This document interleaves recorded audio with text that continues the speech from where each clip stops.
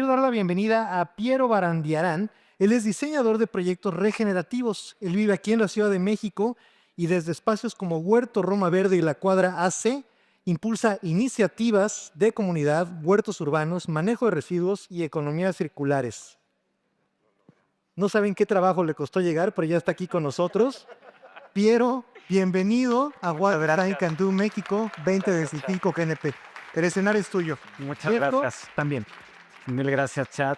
Pues muchísimas gracias, Ricardo, Joana, todo el equipo de What Design Can Do y a toda la banda. La verdad es que llegamos aterrizando, hay un tráfico tremendo y tuvimos que agarrar una moto, pero bueno, la resiliencia de la ciudad también presente. Y bueno, el día de hoy también pues venimos a hablar de la inteligencia colectiva, que es un poco de lo que hacemos en el Huerto Roma Verde. Somos un espacio aquí al centro de la ciudad.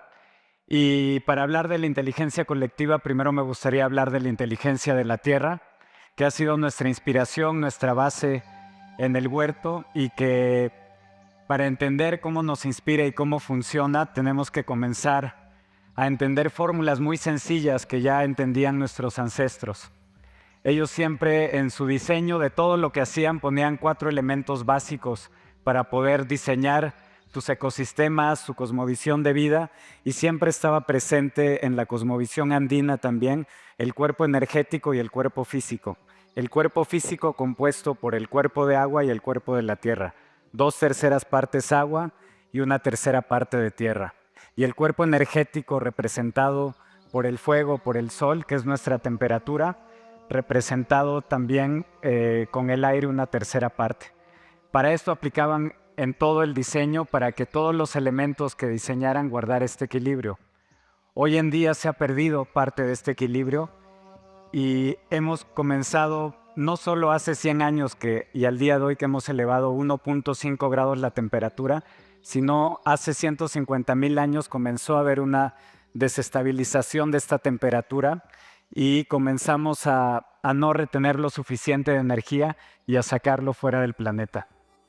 Entonces, aplicando esta inteligencia colectiva a lo que es el diseño de los espacios, también tenemos que entender de alguna manera que cuando hablamos de inteligencia tiene que ser una inteligencia multiespecie, porque luego lo que diseñamos pensando que es bueno, si no es bueno para cualquiera de estos 4 elementos, pues no va a tener un seguimiento de vida. Y esto es toda la riqueza que tenemos. Todos estos animales, especies van haciendo funciones vitales para nosotros. Pero bueno, situándonos en el territorio que nos corresponde, que es esta gran Mesoamérica, y que aquí podemos ver cómo avanza todo este proceso de desertificación. No sé si aquí alcanza a ver alguien esta W o una M invertida, pero la mitad de esa W es la cuenca de México.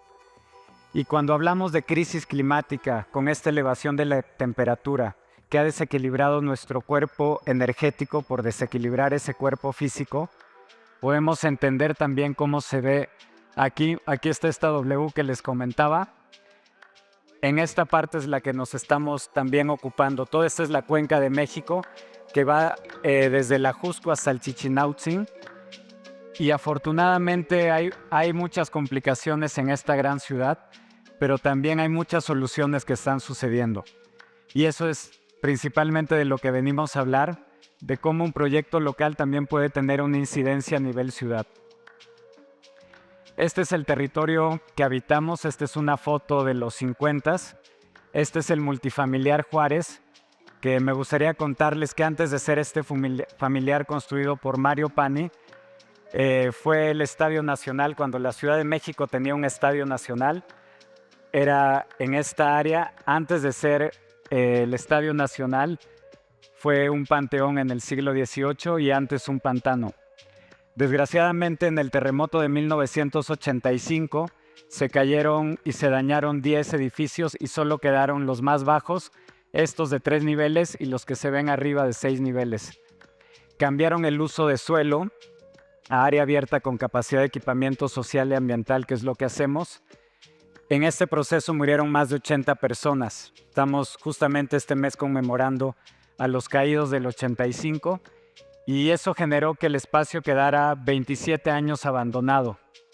Es por eso que cuando se inició el huerto, que fue una iniciativa de la Cuadra y Paco convocándonos a activar este espacio a diferentes activistas, a diferentes colectivos, asociaciones civiles, pues la verdad no pedimos permiso, tampoco pedimos perdón, pero decidimos ocuparlo para hacer un huerto, y esto fue un experimento pues que no lo nombrábamos así, pero nos dimos cuenta que era un experimento multiespecie.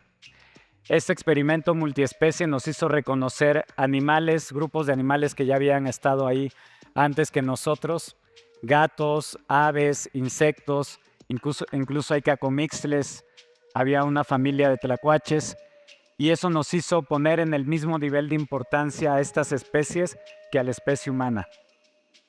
Y para poder entender qué fue lo que iba sucediendo, al sembrar el huerto, así como se acercan polinizadores volando de 2 alas, comenzaron a acercarse polinizadores de 2 patas diciéndonos: quiero colaborar, quiero sumarme, quiero hacer este proyecto, quiero emprender aquí. Y la verdad era muy complejo poder hacer algo integral porque estábamos muy enfocados en el tema ambiental. Pero dijimos, el tema ambiental tiene que ser un tema de todos, no puede ser exclusivo de la gente que está en la biología o en la permacultura. Tendría que ser algo que si un ingeniero, un artista quiere colaborar, tener la capacidad de poder hacerlo. Y nos dimos a la tarea de, después de hacer todo ese experimento, hacer una propuesta de un formato que nos pudiera permitir colaborar, que decidimos trabajar como laboratorio. El trabajar como un laboratorio nos permite flexibilidad, no burocratizarnos y rigidizarnos para siempre poder estar flexibles a esas propuestas y experimentos. Y para tener un laboratorio, pues teníamos que tener también un método, un proceso, un desarrollo.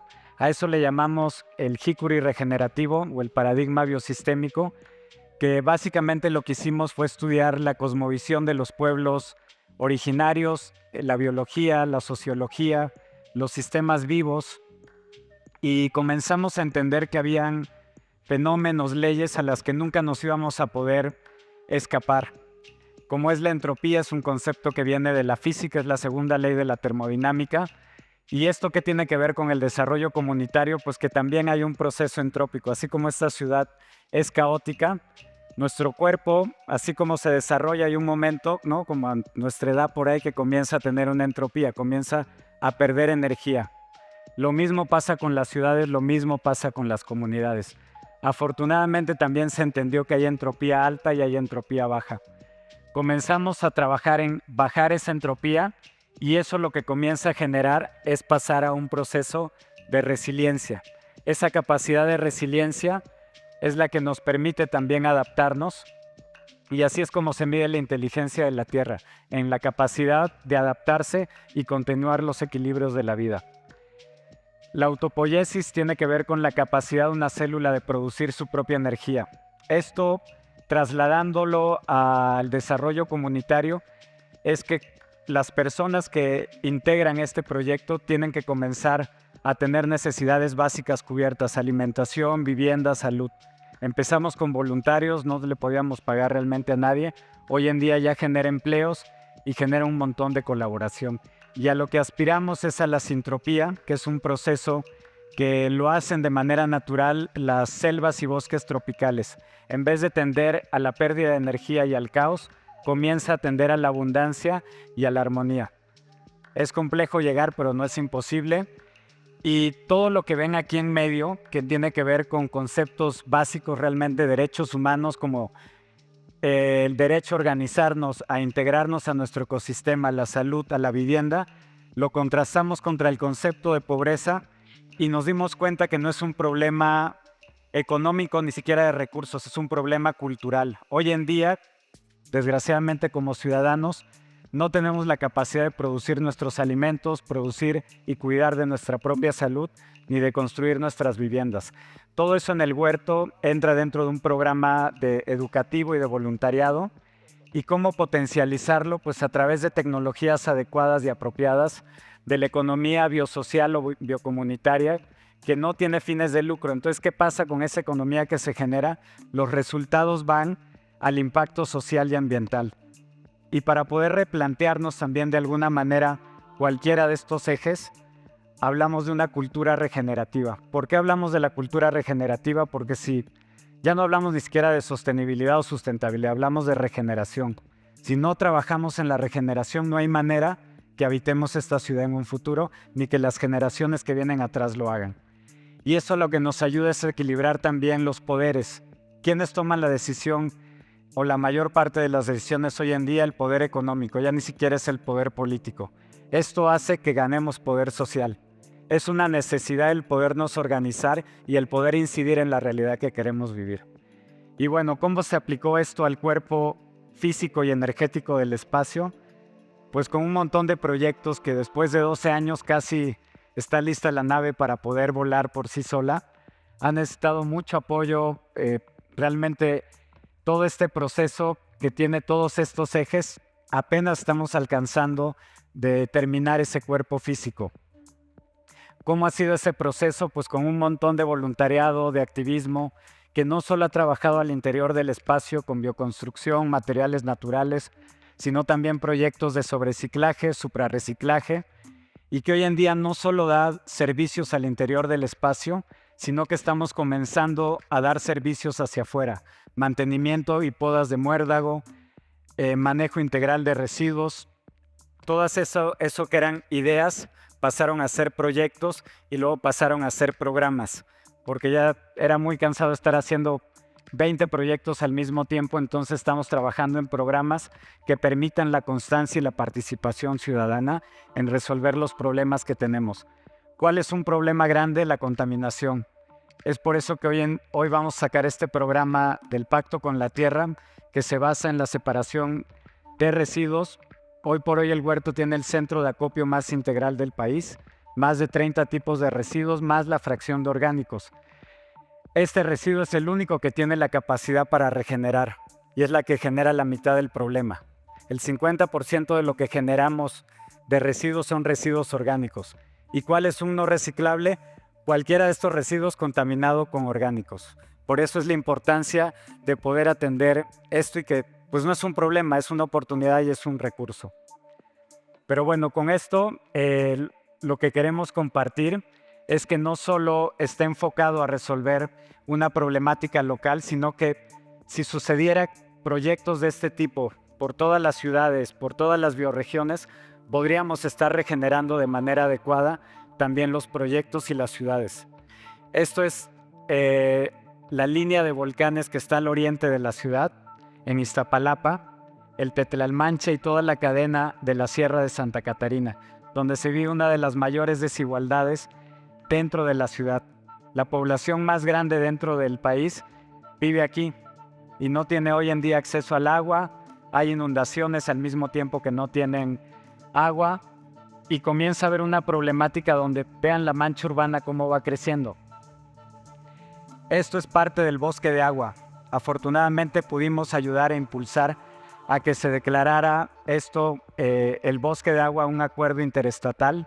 Cuando fue la jefa de gobierno al huerto a ver qué estaba sucediendo, se le pudo plantear esta idea y esta propuesta para poder proteger todo este pulmón y todo este cuerpo físico y energético cuando hay muchas comunidades y pueblos que están protegiendo todo este bosque de agua que viene, aquí se ve mejor la W que les decía, y viene bajando por toda esta zona y aquí entra en la Sierra de Santa Catarina, donde está la población más grande que les comenté. Todo esto da servicio a más de 25 millones de personas. Entonces, ¿por dónde empezar? Por identificar nuestro propio cuerpo, nuestro cuerpo físico, que está cambiando ese cuerpo energético. Si hoy en día subió 1.5 grados la temperatura y todas las extinciones masivas se dieron entre 2 y 7 grados, ¿qué podemos esperar que le suceda a la ciudad si es que no atendemos esto? Y hay estudios que dicen que en la Ciudad de México, por esa plancha de concreto, te puedes sentir hasta 4 grados más. Entonces, es una invitación a que repensemos cómo estamos habitando la ciudad, a que trabajemos desde lo local con una mirada global y que podamos proteger nuestro cuerpo físico y nuestro cuerpo energético. Porque nosotros creemos que sin justicia ambiental no hay justicia social. No podemos desarrollarnos en medios ambientes arrasados. Pues muchísimas gracias. Que pasen buena noche. Gracias. Piero, muchas gracias, pero no te vayas. No te vayas, te costó tanto trabajo llegar. Costó tanto trabajo que estuvieras aquí con nosotros que quiero hacerte una pregunta. Ya la platicaste brevemente ahorita al final de tu ponencia, de tu plática, pero ¿cómo podemos replicar modelos como Huerto Roma Verde?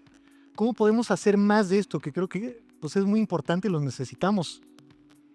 Bueno, pues esta es una buena pregunta. La verdad es que han habido esfuerzos. Es importante mencionar que somos un proyecto autogestivo que no depende de fondos públicos ni privados.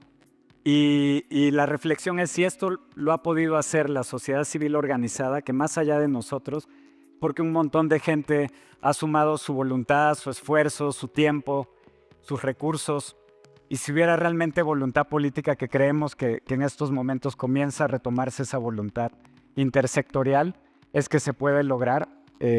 Y bueno, pues es comenzando también a identificar los territorios, que hay un montón de espacios abandonados, inutilizados, que le están costando a la ciudad, que no se están aprovechando, que podrían dar un montón de servicios ambientales, ¿no? Incluso los parques hoy en día representan un pasivo para la ciudad, podrían ser un activo, que estén dando servicios ambientales, que puedan haber mercados locales que capten, que infiltren agua. La verdad es un campo de oportunidad muy grande y solo necesitamos voluntad y pues dar el siguiente paso. Muy bien. Pero muchísimas gracias. Gracias por Gracias a ti. compartir tu visión con todos nosotros. Es un gusto tenerte por acá. Te agradezco. Gracias. Un aplauso enorme, por favor, para Piero.